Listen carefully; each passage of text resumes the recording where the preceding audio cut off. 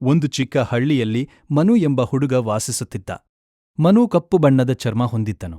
ಅವನ ಕಣ್ಣುಗಳು ದೊಡ್ಡದು ಹೊಳೆಯುವಂತೆ ಇರುತ್ತಿದ್ದವು. ಮುಖದಲ್ಲಿ ಸದಾ ನಗು ಇತ್ತು. ಆದರೆ ಹಳ್ಳಿಯ ಕೆಲ ಮಕ್ಕಳು ಅವನನ್ನು ಅವನ ಬಣ್ಣದ ಕಾರಣಕ್ಕೆ ಹಾಸ್ಯ ಮಾಡುತ್ತಿದ್ದರು. ಮನು, ನೀನು ಕತ್ತಲೆಯಂತಿದ್ದೀಯಾ ಎಂದು ಕೆಲವರು ಹೇಳುತ್ತಿದ್ದರು. ಮನು ಮೊದಲಿಗೆ ಅದನ್ನು ಲೆಕ್ಕಿಸದೇ ಇರಲು ಪ್ರಯತ್ನಿಸುತ್ತಿದ್ದ. ಆದರೆ ಕೆಲವೊಮ್ಮೆ ಅವನ ಹೃದಯ ನೋವುಪಟ್ಟು ಕಣ್ಣೀರು ಬರುತ್ತಿತ್ತು. ಮನುವಿನ ಅಜ್ಜಿ ಅವನಿಗೆ ಸದಾ ಹೇಳುತ್ತಿದ್ದಳು, ಮಗ, ಬಣ್ಣಕ್ಕಿಂತ ಹೃದಯ ದೊಡ್ಡದು. ನೀನು ಒಳ್ಳೆಯವನೇ, ಅದೇ ಮುಖ್ಯ. ಒಂದು ದಿನ ಹಳ್ಳಿಗೆ ಒಂದು ದೊಡ್ಡ ಜಾತ್ರೆ ಬಂದಿತು. ಎಲ್ಲ ಮಕ್ಕಳು ಉತ್ಸಾಹದಿಂದ ಆಟಿಕೆಗಳು, ಬಣ್ಣ ಬಣ್ಣದ ಬಲೂನುಗಳು ಖರೀದಿಸುತ್ತಿದ್ದರು. ಮನು ಕೂಡ ತನ್ನ ಸಣ್ಣ ಹಣವನ್ನು ತೆಗೆದುಕೊಂಡು ಜಾತ್ರೆಗೆ ಹೋದನು. ಅಲ್ಲಿ ಒಂದು ಚಿತ್ರಕಲೆ ಸ್ಪರ್ಧೆ ನಡೆಯುತ್ತಿತ್ತು. ಮೊದಲ ಬಹುಮಾನ ದೊಡ್ಡದಾಗಿತ್ತು. ಮನು ಚಿತ್ರ ಬಿಡಿಸಲು ತುಂಬಾ ಇಷ್ಟಪಡುವವನಾಗಿದ್ದನು.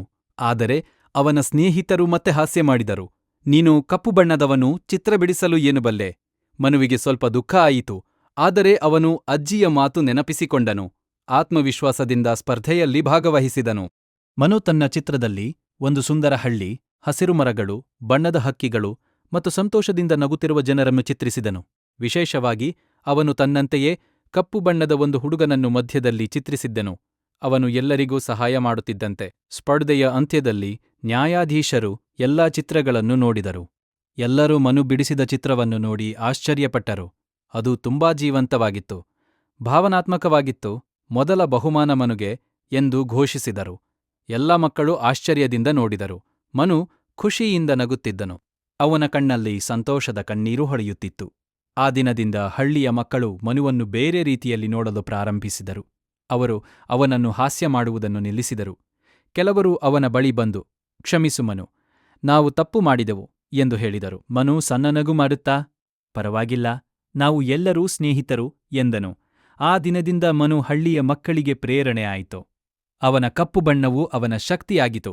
ಅವನನ್ನು ವಿಭಿನ್ನವಾಗಿಯೂ ವಿಶೇಷವಾಗಿಯೂ ತೋರಿಸಿತು. ಕಾಲ ಕಳೆಯುತ್ತಾ ಮನು ದೊಡ್ಡ ಕಲಾವಿದನಾದನು. ಅವನ ಚಿತ್ರಗಳು ದೊಡ್ಡ ನಗರಗಳಲ್ಲೂ ಪ್ರದರ್ಶನಗೊಂಡವು. ಎಲ್ಲರೂ ಅವನ ಪ್ರತಿಭೆಯನ್ನು ಮೆಚ್ಚಿದರು. ಒಂದು ದಿನ ಮನು ತನ್ನ ಹಳ್ಳಿಗೆ ಮರಳಿ ಬಂದನು. ಅಲ್ಲಿ ಶಾಲೆಯ ಮಕ್ಕಳಿಗೆ ಹೇಳಿದನು, ನಿಮ್ಮ ಬಣ್ಣ, ರೂಪ ಅಥವಾ ಇತರರ ಮಾತುಗಳಿಂದ ನಿಮ್ಮನ್ನು ಅಳೆಯಬೇಡಿ. ನಿಮ್ಮ ಒಳಗಿನ ಪ್ರತಿಭೆ ಮತ್ತು ಒಳ್ಳೆಯತನವೇ ನಿಮ್ಮ ನಿಜವಾದ ಶಕ್ತಿ. ಮಕ್ಕಳು ಅವನ ಮಾತುಗಳನ್ನು ಕೇಳಿ ಪ್ರೇರಣೆಯಾದರು. ಅವನು ಮತ್ತೆ ತನ್ನ ಅಜ್ಜಿಯನ್ನು ಭೇಟಿಯಾದನು. ಅಜ್ಜಿ, ನಿನ್ನ ಮಾತುಗಳಿಂದಲೇ ನಾನು ಇಂದು ಇಲ್ಲಿ ಇದ್ದೇನೆ ಎಂದನು. ಅಜ್ಜಿ ನಗುತ್ತಾ, ನಿನ್ನ ಹೃದಯವೇ ನಿನ್ನ ಗೆಲುವು ಮಗ ಎಂದಳು. ಆ ದಿನದಿಂದ ಮನು ತನ್ನ ಕಥೆಯ ಮೂಲಕ ಹಲವರಿಗೆ ಪ್ರೇರಣೆ ನೀಡುತ್ತಿದ್ದನು. ಕಪ್ಪು ಬಣ್ಣದ ಹುಡುಗನ ಕಥೆ ಎಲ್ಲರಿಗೂ ಒಂದು ದೊಡ್ಡ ಪಾಠವಾಯಿತು.